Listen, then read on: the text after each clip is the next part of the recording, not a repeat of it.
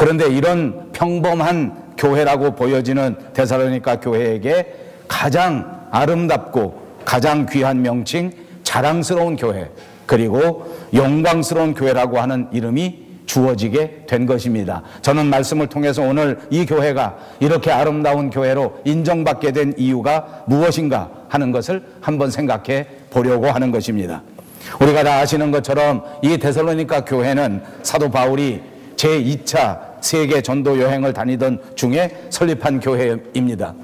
고대 이 마케도니아 지방에서 데살로니가는 적지 않은 그런 도시였습니다. 그래서 대도시 가운데 유명한 도시라고 해도 과언이 아닐 것입니다. 그러므로 이 대도시 데살로니가에 교회가 세워진다고 하는 것은 그 도시에 걸맞는 멋진 교회, 큰 교회, 이런 우수한 교회가 세워질 수 있는 것이 당연한 예상이라고 볼 수 있습니다. 그럼에도 불구하고 이 지역에서는 안타깝게도 그런 교회가 세워진 것은 아닙니다. 왜냐하면 다른 도시보다도 이 데살로니가는 정말 예수 믿는 사람들에 대한 박해가 심했습니다. 그리고 예수 믿고 교회를 세우려고 하면 주변에 있는 사람들이 그것을 방해하면서 테러도 서슴지 않는 그런 도시였습니다. 그렇기 때문에 사도 바울도 여기서 복음을 전하다가 큰 핍박을 받았고, 사도 바울이 그곳에서 교회를 세우는 동안 충분한 시간도 주어지지 않았습니다. 우리가 이미 강해 설교를 통하여 배워본 것처럼 사도 바울은 이곳에서 겨우 3주,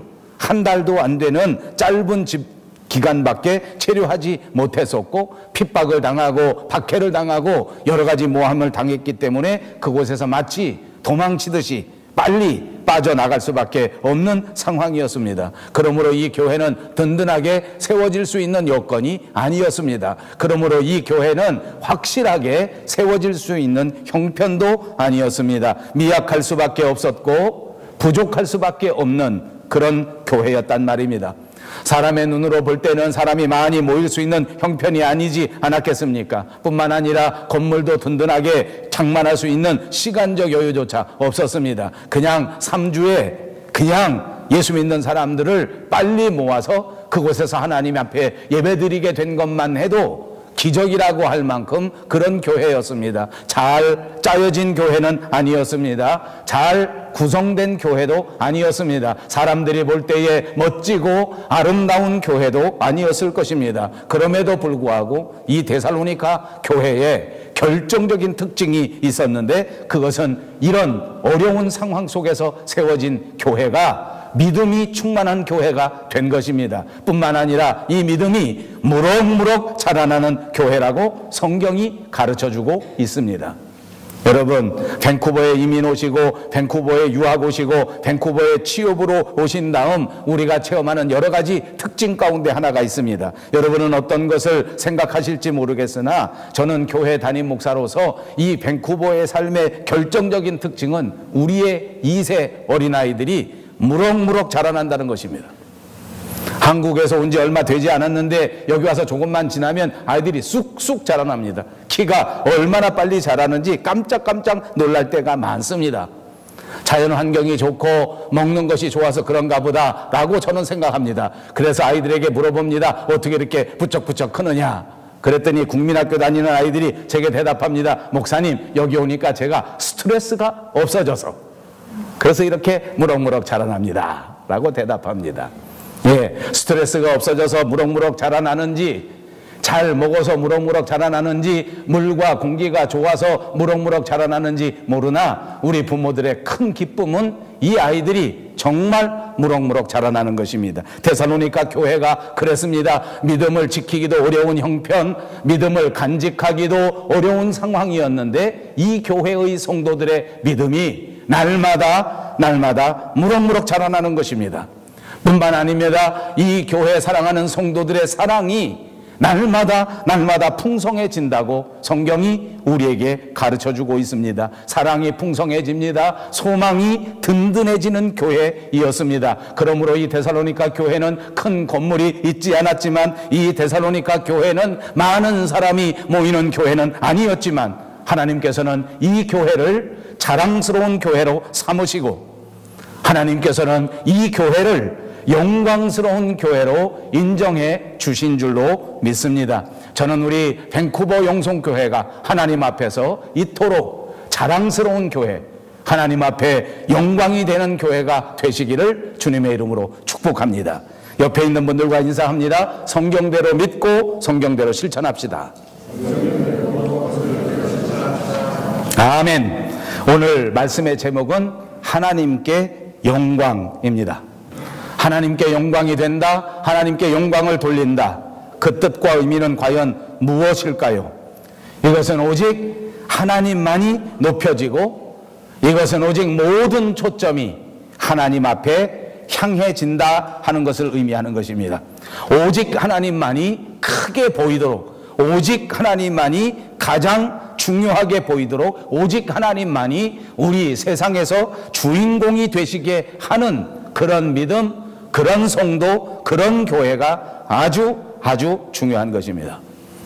그러나 여러분, 우리 자신을 살펴보십시오. 오늘의 우리의 현실을 한번 살펴보십시다. 현실에서는 우리가 가시적으로 하나님을 볼 수가 없습니다. 그러므로 이 세상에서는 하나님의 나라가 분명하게 존재하는데도 불구하고 웃지 못할 일들이 벌어지고 있습니다.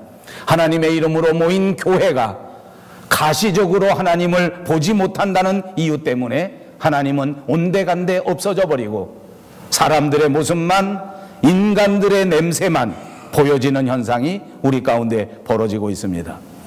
교회 안에서는 절대로 하나님만 나타나야 할 줄로 믿습니다. 교회는 오로지 하나님의 영광이 나타나는 그런 장소이어야 할 줄로 믿습니다. 그러므로 우리 사람들은 우리 교회 안에서 사람 그대로의 모습으로 보여져야 합니다. 이 말은 무슨 말인지 압니까? 사람은 결단코 이 교회 안에서 주인공이 되는 것이 아닙니다. 사람은 어느 누구도 이 교회의 주인이 아닙니다. 사람은 어떤 상황에서도 이 교회에서 영광을 받을 자리는 아니라고 하는 것을 기억하시기를 바랍니다.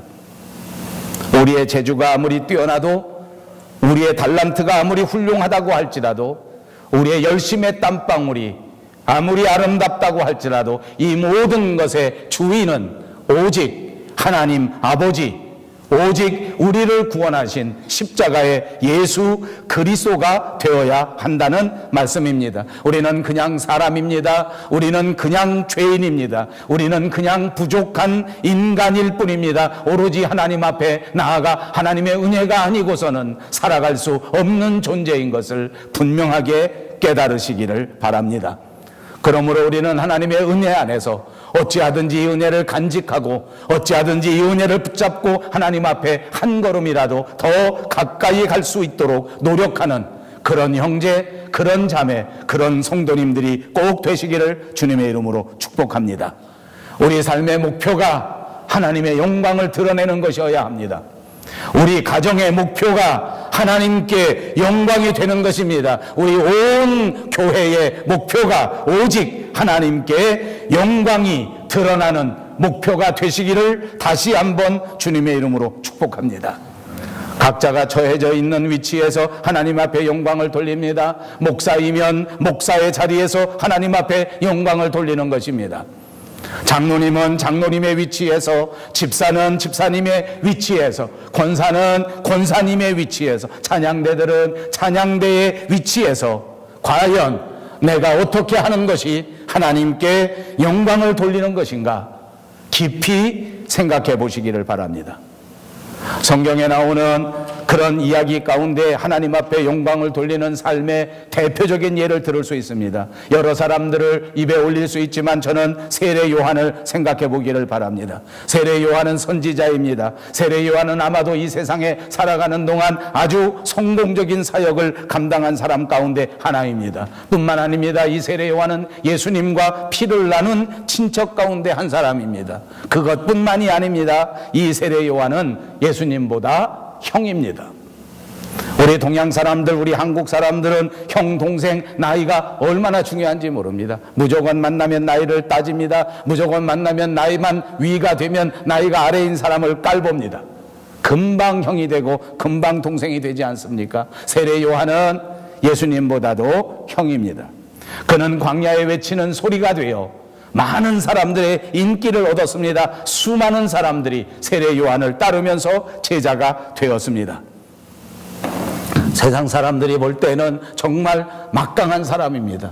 위대한 선생이요, 위대한 선지자요, 위대한 정치가요. 만약 이 세례 요한이 국회의원에 나왔다면 아마 전국 최고 득표율은 따놓은 당상일지도 모릅니다. 아니, 대권을 향하여 거침없이 뛰어나갈 수 있는 그만큼의 인기를 얻었단 말입니다. 그만큼의 성공을 얻었습니다. 그는 얼마든지 자기가 원한다면 사람들에게서 물질을 취할 수도 있었고, 그는 얼마든지 자기가 필요하다고 생각하면 권력을 모아 드릴 수가 있었고, 그는 원한다면 자기 가까운 사람들을 막강한 위치에다가 세워놓을 수 있는 그런 사람이었습니다. 사랑하는 여러분, 요즘 우리들은 어떻게 살아갑니까? 우리 모두가 다 생각하는 것은 오로지 인기, 오로지 권력, 오로지 재물입니다. 누가 돈을 얼마나 가지고 있는가? 누가 어떤 좋은 집에서 살아가고 있는가? 누가 얼마나 막강한 정치력을 가지고 있는가? 이것만 생각합니다. 예수 믿는 사람들조차도 세상적 기준으로 사는 것 같습니다. 그래서 예수 믿는 사람들도 매일같이 간증합니다. 오로지 돈 많이 벌었으면 그것이 성공. 요즘은 돈보다도 교회 안에서 사람들이 생각하는 기준이 이런 겁니다. 건강하게 살아서 젊어 보이면 성공. 몸이 날씬해서 몸짱이면 성공. 수명이 길어서 남들보다 오래 살면 성공. 안타까운 일입니다. 교회 그리스도인조차도, 교회를 담당하는 일꾼들조차도, 교회에 헌신하는 리더십들도 오로지 세상적인 기준으로 생각하고 오로지 세상적인 기준으로 탐구하는 그런 형편이 되고 말았습니다. 그런데 세례 요한을 보십시오. 그는 그런 기준으로 살지 않았습니다. 여러분, 세례 요한을 보십시오. 이만큼 인기를 얻었으면, 이만큼 명성을 얻었으면, 이만큼 사람들을 모았으면 그 다음에 뭐 하겠습니까? 이 사람들을 어떻게 하든지 충동해서 돈을 모아서, 이 사람들을 충동해서 큰 건물을 짓고, 이 사람들을 모아서 아름답고 화려한 성공시대를 열어가야 되겠다라고 생각하지 않았겠습니까? 그는 그런 생각을 하지 않았습니다. 완전히 그런 생각과는 동떨어진 생각을 했습니다. 그가 평생토록 많은 인기를 얻었지만 결단코 그는 돈을 추구하지 않았습니다. 명예를 바라보지 않았습니다. 인기를 바라보지도 않았습니다. 그는 오로지 주어진 설교의 사명을 그 광야에서 계속하여 감당하고 있었습니다. 광야에 외치는 소리로 말씀을 전합니다. 광야에 외치는 소리로 진리를 전파합니다. 그런데 그의 설교를 듣기 위해서 사람들은 점점 더 많이 모인 것입니다. 생각해 보십시오. 요즘은 교회를 담당하는 사람들도 그렇게 말합니다. 시설이 좋지 않으면 사람이 오지 않는다. 교회의 프로그램이 좋지 않으면 사람이 오지 않는다. 그런데 이 세례 요한은 좋은 프로그램을 갖지 않았습니다. 좋은 예배당을 갖추지 않았습니다. 모든 시설을 갖춘 것도 아닙니다. 그런데도 불구하고 많은 사람들이 그 설교를 듣기 위하여 모여들었고, 많은 사람들이 그 말씀을 마음에 간직하게 되었고, 그 말씀 때문에 그들의 일생이 변화되는 위대한 역사가 일어나게 된 것입니다. 세례 요한의 설교는 그야말로 성공입니다. 세례 요한의 성공, 세례 요한의 목회, 세례 요한의 모든 삶은 하나님이 가장 기뻐하실 가장 성공적인 목회라고 해도 과언이 아닐 것입니다. 여러분, 그 다음 또 잊지 마십시오. 이 세례 요한의 성공은 과연 언제까지였습니까? 예수님이 나타나시는 그때까지였습니다. 예수님이 나타났습니다. 예수님이 세례 요한에게 다가오셨습니다. 예수님이 세례 요한에게 세례를 받으셨습니다. 그때 하늘문이 활짝 열리면서 이는 내 사랑하는 아들이라 하나님의 음성이 들린 것입니다. 그 음성을 듣고 수많은 사람들이 세례 요한에게서 떠나 예수님 앞으로 가게 된 것입니다. 아주 가까운 제자들도 모두가 세례 요한을 떠나 예수님 앞에 갔습니다. 점점 세례 요한은 위축되기 시작합니다. 점점 세례 요한의 사역은 쇠하여 가기 시작합니다. 그때 세례 요한이 한 말이 있습니다. 그는 흥하여야 하겠고 나는 쇠하여야 하리라. 심지어 내가 쇠하여 하는 것, 심지어 내가 망하는 것, 심지어 내 인생이 끝나는 것조차도 하나님을 위하여 아무렇지도 않게 받아들이는 그 인생, 그것이 세례 요한의 삶인 줄로 믿습니다.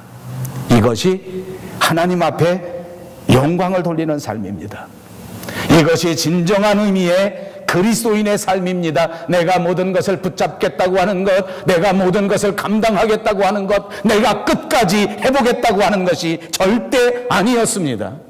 나는 오직 하나님의 뜻을 따라 하나님이 원하는 방향에서 하나님이 인도하시는 그때까지 하나님의 영광을 위하여 살아가는 것, 그것이 세례 요한의 삶이었단 말입니다. 사랑하는 여러분, 지금 이 순간 나는 어떻게 살아가고 있는가? 나의 삶을 한번 들여다보시기 바랍니다. 지금 이 순간 나는 어떤 일을 하고 있는가? 한번 돌아보시기를 바랍니다. 지금 우리 가족들은 과연 어디를 향하여 걸어가고 있는가를 한번 살펴보시기를 바랍니다. 세례 요한을 생각하시고 세례 요한의 안목을 한번 떠올리시기를 바랍니다. 세례 요한처럼 생각하시고 세례 요한처럼 결단할 수 있는 삶이 저와 여러분의 삶에서 꼭 이루어지시기를 바랍니다. 그리스도인이 어떻게 하면 하나님 앞에 영광을 돌리는 것입니까? 교회가 어떻게 하면 하나님 앞에 영광이 되는 것입니까? 여러분의 개인적인 삶의 현장 속에서 어떻게 하나님 앞에 영광을 돌릴 수 있는 것입니까? 한번 깊이 생각해 봅시다. 하나님께 영광을 돌리는 삶의 의미는 지금 예를 들어드린 세례 요한의 삶에서 정말 단적으로 결정적으로 볼 수 있습니다. 구체적으로 우리의 삶이 하나님 앞에 영광 돌리는 삶이 되기 위해서 한 번 더 구체적인 방법을 생각해 보겠습니다. 우리가 하나님 앞에 영광을 돌리는 그런 환경, 그런 때는 정말 다양하게 여러 가지일 수가 있습니다. 우리가 살아가면서 우리가 살아갈 때에 여러 가지 일들을 만납니다. 그리고 우리가 살아갈 때 모든 인생들이 내가 가는 길에 대하여 확신이 없을 때가 있습니다. 내가 이게 맞나? 내가 이렇게 해야 되는가? 어떤 중대한 결정을 하고 어떤 중대한 결심을 해야 될 순간들이 우리 인생에게 다가온단 말입니다. 아주 중요한 일들이 우리 인생에 굵직굵직한 일들이 때마다 있지 않습니까? 아이들이 장성해서 학교에 갈 때 결정적으로 중요한 순간이 다가옵니다. 어떤 것을 전공할 것인가, 어떤 과를 갈 것인가, 어떤 학교를 갈 것인가. 조금 더 자라나면 진짜 중요한 결정이 다가옵니다. 어떤 사람하고 연애할 것인가, 어떤 사람하고 결혼할 것인가, 어느 지역에다가 집을 살 것인가, 어떤 직장을 선택할 것인가, 나는 어떻게 인생을 살아갈 것인가, 나는 어떤 교회를 다닐 것인가. 정말 중요한 의사결정을 하는 순간들이 우리에게 있습니다. 대부분의 중요한 것들은 우리가 제가 말씀드린 것처럼 이렇게 다 때를 따라서 인생에서 어느 적당한 때가 있습니다. 20대에는 학교를 결정해야 하고 20대에는 애인을 결정해야 합니다. 30대가 되고 40대가 되면 삶의 직장을 선택해야 될 때가 있지 않겠습니까? 또 중년이 되면, 또 노년이 되면 그렇게 결정해야 되는 것이 있습니다. 그런데 이런 것만 있는 것이 아닙니다. 어떨 때에는 예상치 않았던 어려운 일들이 다가옵니다. 갑자기 결단해야만 할 중요한 순간이 우리에게 닥쳐오는 겁니다. 전혀 기대치 않았던 질병이 우리 인생을 덮칠 때가 있습니다. 전혀 바라지 않았던 경제적인 실패가 우리 가정에 닥칠 때가 있습니다. 전혀 마음속에는 생각하지도 않았는데 이민을 가야 하는지 말아야 하는지 하는 상황이 내 인생 속에 찾아올 때가 있습니다. 이때 어떻게 하느냐에 따라서 하나님 앞에 영광을 돌릴 수 있는가, 돌리지 않는가 하는 것입니다. 이 중요한 순간에, 이 결정적인 순간에, 새롭게 직업을 선택하는 순간에, 새롭게 이사를 해야 되는 순간에, 새롭게 우리 집안에 자동차를 하나 마련해야 되는 그 순간에 하나님을 생각하자는 것입니다.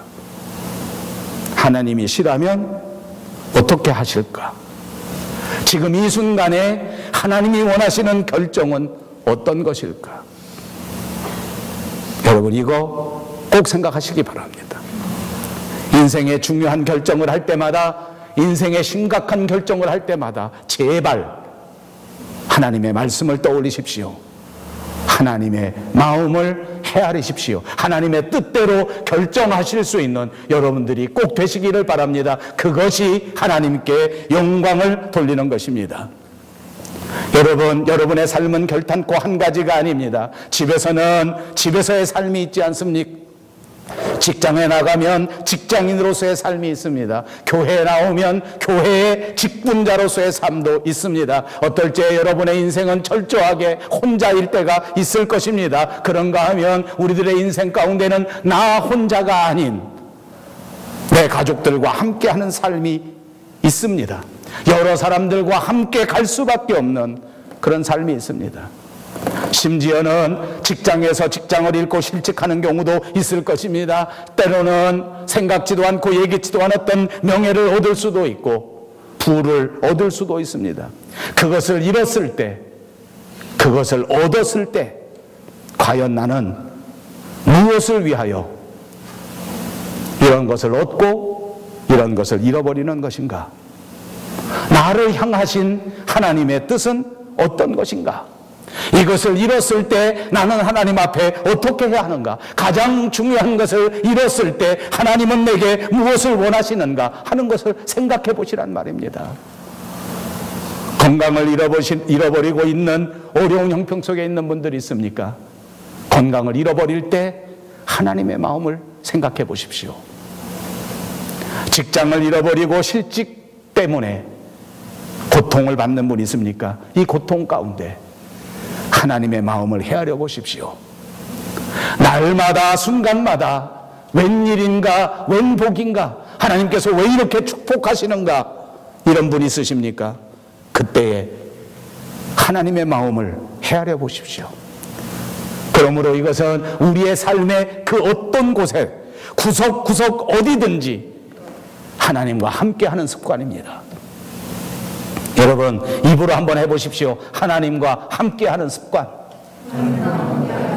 여러분 모두 습관 있지요? 아침에 일어나시면 제일 먼저 이를 닦는 습관을 가진 분들이 계실 것입니다. 잠자리에 들기 전에는 반드시 이를 닦는 습관을 가지신 분들이 있습니다. 그렇지 않은 사람들보다 좋은 습관을 가지면 건강에 유익하지 않습니까? 저는 여러분에게 말씀드립니다. 날마다 순간마다 때마다 일마다 언제나 하나님과 함께하는 습관을 가지십시오.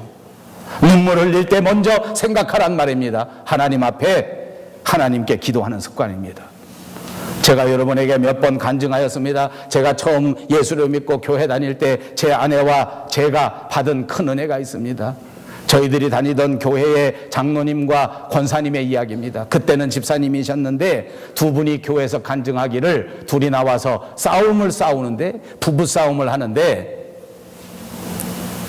이 여자분이 간증을 하는 거예요. 부부싸움엔 여자들이 평상시에는 그렇게 예쁘게 얌전하다가 부부싸움 할 때는 꼭 호랑이처럼 변하나 봐. 왜 웃으셔? 웃는 사람은 다 이게 그럴 때 표정 관리를 잘해야 돼요. 나는 절대 아니다 하고 모른 척하고 있어야 돼요. 막 소리를 지르고 싸우고. 이 남자가 생각할 때는 야, 이 여자가 평상시에는 순하고 이랬는데 싸울 때 보니까 막 덤비는 거예요. 근데 이 남자 집사님이 지금은 장로님이 되셨지만은 그 집사님이 그때 간증할 때 그러는 거예요. 아내가 싸움을 걸면 자기는 무조건 그런데요. 여보, 기도합시다. 그러고 무릎 꿇고 앉아버린다는 거예요. 그럼 여자가 팔짝팔짝 뛰네. 지금 싸워야 되는데 왜 기도하고 그러냐고. 화가 나서 지금 싸워야 되는데 왜 기도하냐고 막 욕을 막. 그러면 남자는 그냥 기도합시다 하고 무릎 꿇고 앉아가지고 주여 하고 막 뭐라고 쭈글쭈글 기도한다는 거예요. 아버지, 이 싸움이 되겠습니까? 저는 연습을 많이 해봤습니다. 집에서 제 아내 보고 좀 성질을 내라고 제가 약을 살살 올립니다. 저는 무릎 꿇고 기도해 본 적이 없습니다. 제 아내가 저한테 소리 지르고 대며 본 적이 없기 때문입니다. 제가 오늘 왜 이렇게 아양 떠는지 아십니까? 아버지, 나중에 얘기해 드리겠습니다. 믿음 생활도 습관이더라고요. 기도하는 것도 습관이에요. 어려운 일 당하고 힘든 일 당할 때에 하나님 앞에 기도하는 거 습관이더라고. 예수님을 보세요. 얼마나 훌륭한 습관을 가지셨는지 아십니까? 마지막 십자가 위에서 그 고통을 당하시면서 그 아픔을 당하시면서 마지막 운명하는 그 순간에 예수님의 습관이 뭐였는지 아십니까? 주여 저들의 죄를 용서하여 주시옵소서. 그는 평생을 용서하는 습관을 가지고 살았습니다. 예수님은 평생을 이 모든 인류들을 품에 안는 습관을 가지고 살았습니다. 자기를 때리고 자기를 죽이는 그 병정들조차도 주여 저들의 죄를 용서하여 주시옵소서. 여러분, 우리가 이런 습관을 가지고 산다면 이 세상에는 진짜 하나님이 주시는 강같은 평화가 넘쳐나게 될 것입니다. 하나님께 영광 돌리는 삶은 이것입니다. 내 몸을 하나님의 것이라고 인정하는 것입니다. 하나님께 영광 돌리는 삶은 이것입니다. 내 생각의 주인이 하나님이라는 것입니다. 온 몸의 구석구석에서, 온 생활의 구석구석에서 하나님과 언제나 함께 하시는 습관을 가지시기를 바랍니다. 두 번째로는 하나님을 위한 일을 하면서 하나님 앞에 자칫 내가 영광을 가로채는 수가 있다는 것을 기억하십시오. 세례 요한은 이것을 정말 단호하게 거부하였습니다. 내가 영광 받으려고 하면 시험을 받게 되는 경우가 많다는 말입니다. 저는 목사로서 이런 경우가 정말 제일 많습니다.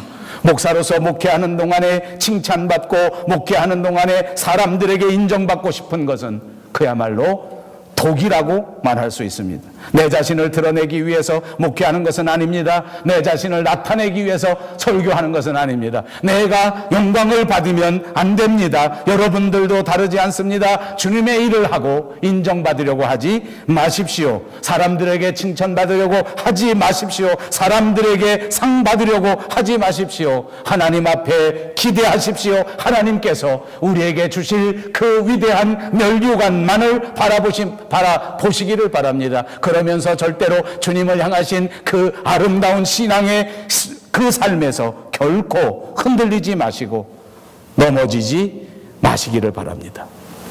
이것이 영광을 돌리는 삶입니다. 내가 과연 하나님의 영광을 나타내고 있는가? 내가 과연 하나님의 영광을 가로채고 있는 것은 아닌가? 이것을 생각하자는 것입니다. 앞날을 생각하는 것은 정말 어려운 일입니다. 여러분 어떻습니까? 저는 나이가 먹어가면 먹어갈수록 미래를 생각할 때에 두렵고 떨리고 불안합니다. 가만히 생각해보면 수학적으로 생각할 때 이제 제 인생은 얼마 남지 않았습니다. 10년 전 오늘보다 10년이 덜 남지 않았습니까? 그런데 10년 전에는 제게 남은 인생을 생각할 때에 이렇게 불안하고 이렇게 무섭지 않았습니다. 그런데 나이가 먹어가니까 점점 더 두려워집니다. 점점 더 불안해집니다. 이제 살 날은 얼마 남지 않았는데 무엇을 남길 것인가? 여러분, 앞날을 생각하는 것은 진짜 두려운 일입니다. 그러나 두렵고 불안해하시는 것은 믿음이 아닙니다. 성경은 우리에게 이렇게 가르쳐 줍니다. 이제 우리에게 남은 미래를 생각하면서 흥분과 기쁨과 스릴을 느끼라는 것입니다. 앞날에 내 인생에 어떤 변화가 올 것인가를 상상하십시오. 미래의 내 인생에 하나님이 어떻게 개입하실 것인가를 생각하시면서 여러분 가슴이, 심장이 불일 듯 일어나는 역사가 일어나시기를 주님의 이름으로 축복합니다. 우리는 창립 12주년을 남았습니다. 저는 이 말씀을 저 자신에게 오늘 강력하게 도전합니다. 우리 교회의 앞날 제가 생각합니다. 이제 제가 목회하는 동안 과연 이 밴쿠버 영성교회를 위하여 무엇을 할 수 있을 것인가, 얼만큼 더 일을 할 것인가 라는 것을 생각할 때에 인간적으로는 불안한 생각이 들기 때문입니다.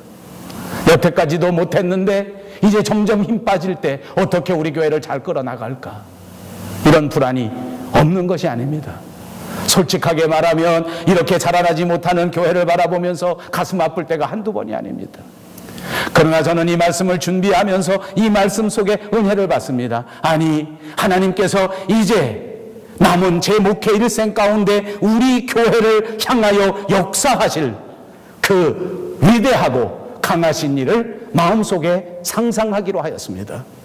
주님이 우리에게 베풀어 주실 큰 일을, 그 그 흥분되는 일을 가슴속에 간직하는 것입니다. 묵은 땅은 어떻습니까? 편안합니다. 묵은 땅은 어떻습니까? 아무 일도 없습니다. 그러나 거기에 생명이 솟아나는 일도 없을 것입니다. 그러나 우리가 하나님 앞에서 날마다 자신을 쳐서 복종시키면서 부지런히 주를 위하여 일한다고 하면 우리는 생명의 삶을 살아갈 수 있을 줄로 믿습니다. 우리의 남은 일생을 하나님 앞에 드리십시오. 그리고 정말 우리에게 남은 이 마지막 기회에 결단코 묵은 땅이 되지 마시고 하나님의 생명을 가슴에 품고 말씀의 비전을 가슴에 품고 꿈과 소망 속에 살아갈 수 있는 생명의 삶이 되시기를 주님의 이름으로 축복합니다.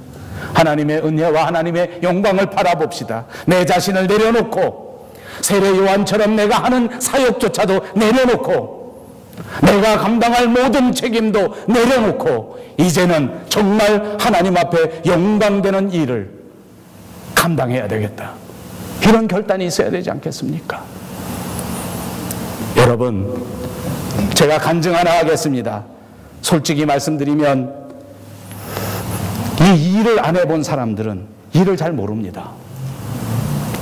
제 친구분들 가운데에는 저를 아껴주시고 저를 사랑하기 때문에 같이 낚시를 가자 하는 분들이 많습니다. 요즘은 그런 청원을 제가 더 많이 받습니다. 왜냐하면 제가 앉아 있어도 제 배가 보이기 때문입니다. 지난주에 사진을 찍었더니 보이는 게 내 배만 보이더라고요. 그래서 포토샵으로 싹 가렸습니다. 배를 가릴 줄 아는 포샵 할 줄 모르기 때문에 이 명암을 조절해갖고 됐으면 배가 안 나오게끔 막 시커멓게 만들었더니 배가 안 보이더라고요. 제가 배가 많이 나오다 보니까 목사님 이렇게 계시면 안 됩니다. 낚시하러 갑시다. 낚시하러 갑시다. 여러분, 혹시 여러분들 중에 낚시하는 분 있으십니까? 저는 낚시를 잘 모릅니다. 제가 목사가 되고 난 다음에 한국에서 낚시 대회에 간 적이 있습니다. 선무당이 뭐 잡는다고 낚시대회 가서 제가 1등 했습니다. 목사님들 60명이 시합하러 동해에 나갔는데 제가 1등 했습니다. 정말 멍청한 고기가 제 낚싯줄을 물은 것입니다. 낚시 이렇게 잡아당길 때 그 손맛, 저는 상상을 못하는데 어쨌든 그 손맛, 그럴 것 같아요. 여기는 더군다나 연어 같은 거 막 이만한 생선을 잡는데 낚시로 잡습니다. 얼마나 기분이 상쾌할까요? 골프를 좋아하시는 분들도 제게 많이 이야기합니다. 목사님, 골프장에 갑시다. 제가 왜 안 가는지 압니까? 저는 그 골프장에서 그 공을 탁 쳤을 때 그 쫙쫙 뻗어나가는 그 기쁨을 알지 못합니다. 그렇게 쳐본 적이 없기 때문입니다. 제가 이 말 왜 하는지 압니까? 저는 지난 주간에 우리 노스웨스트 신학교가 열어놓은 한국어 박사과정에 등교 수업 3주간 수업을 진행하고 있습니다. 때로는 강의를 하고 때로는 행정일을 돌봐줍니다. 18명이 되는 목사님들이 오셔서 수업을 합니다. 행정요원도 있고 교수요원도 있고 26명 사람들이 모여서 학기를 시작한 것입니다. 더군다나 이번 학기는 이런 수업만 있는 것이 아니라 우리 신학대학원의 졸업식이 있는 주간입니다. 뿐만 아니라 각 교단의 교단 총회가 있는 주간이기도 합니다. 모임이 몇 가지인지 모릅니다. 그런데 이렇게 바쁜 사이에서도 계속 신입생은 신입생대로 면담을 신청합니다. 전화가 옵니다. 저는 분명히 그 사람들과 상담하고 또 챙겨야 됩니다. 그랬더니 어떤 분들은 이렇게 바쁘다가 목사님 큰일 난다 해가지고 제게 인삼 드링크를 사다 주는데 인삼 드링크 안에 인삼이 들었더라고요. 제가 신기해서 먹어봤습니다. 고기도 사다 줍니다. 여러분, 힘들고 피곤합니다. 정말 정신이 하나도 없습니다. 근데 진짜 여러분에게 고백할 게 있습니다. 낚시꾼이 고기 잡았을 때 희열을 느끼는 것처럼 골프공이 멀리 날아갈 때, 정확하게 날아갈 때 느끼는 골퍼들의 그 마음처럼 저는 이렇게 바쁠 때, 이렇게 열심히 일할 때 이 세상 그 누구보다도 행복하고 기쁘고 좋습니다. 저는 평생 이런 기쁨으로 제 인생을 살았습니다. 제 아내는 어려서부터 목사의 아내로 살았습니다. 제가 살아가는 동안 이토록 멋있게, 이토록 훌륭하게 남편의 역할을 감당했지만 그럼에도 불구하고 평생 돈은 그렇게 넉넉하지 못했던 것 같습니다. 그래서 제 아내가 집에서 뭘 하나 사려고 하면, 자기가 무슨 돈을 한번 지출하려고 하면 저한테 몇 번씩을 물어봅니다. 여보, 이거 사도 돼? 아, 사야지, 필요한데. 아, 그럼 당신이 나 돈 줘야 되는데? 이러고 물어봅니다. 아, 그럼 주지. 아, 그래? 그래도 제 아내는 믿질 않습니다. 그리고 또 물어봅니다. 여보, 이거 사도 돼? 그러면 제가 하는 대답이 있습니다. 여보, 빨리 사. 나는 평생 당신한테 돈 주는 재미로 산다. 아멘. 이거 적어 놓으세요. 나는 제 아내에게 늘 그럽니다. 나는 평생 돈 주는 재미로 산다. 제 아내는 얼마나 감격하는지 모릅니다. 그리고 그 말을 계속 되뇌입니다. 여보, 당신 정말 나한테 돈 주는 재미로 살아? 한 6개월쯤 되뇌이더라고요. 근데 그 다음서부터는 들은 척도 안 합니다. 아, 또 사기다. 평생 사기다. 여러분, 이 땅 위에 가장으로 사는 건 무슨 기쁨인 줄 압니까? 자식들을 위해서, 처를 위해서, 가족을 위해서 땀 흘려 수고하고 애쓰고 수고하지만 그 수고를 그냥 하는 것이 아닙니다. 가장 큰 기쁨으로 알고 나가서 수고하는 것이 가장 아닙니까? 사랑하는 여러분, 저는 평생을 하나님의 일을 감당하는 동안 하나님이 주셨던 그 아름다움, 그 기쁨, 그 행복을 경험한 사람입니다. 그리고 오늘 이 순간 여러분들에게 이 기쁨의 맛을 알게 해드리고 싶습니다. 인생을 들여다보십시오. 남은 생애를 생각해 보십시오. 이제 여러분에게 남은 이 생애는 저와 함께 이 주님의 일을 감당하는 이 행복한 기쁨 속에 이 아름다운 맛으로 들어오시기 바랍니다. 모든 것을 내려놓고 주님의 일을 감당해 보십시오. 주님이 주시는 강같은 평화가 여러분의 심령에 넘쳐날 것을 믿습니다. 주님이 주시는 그 아름다운 위로와 그 아름다운 행복이 여러분의 가정 위에 강처럼 충만하게 될 줄로 믿습니다. 이제 우리 성도들 모두가 주의 말씀을 지키고 주의 말씀을 전하는 영광된 일에 동참하시기를 바랍니다. 같이 가십시다. 일어나십시오. 그리고 이 모든 영광을 하나님 앞에 돌려서 우리 교회가 이 세상에서 가장 아름다운 교회, 하나님 앞에 영광만을 돌리는 교회로 우뚝 서는 역사가 있으시기를 주님의 이름으로 축복합니다.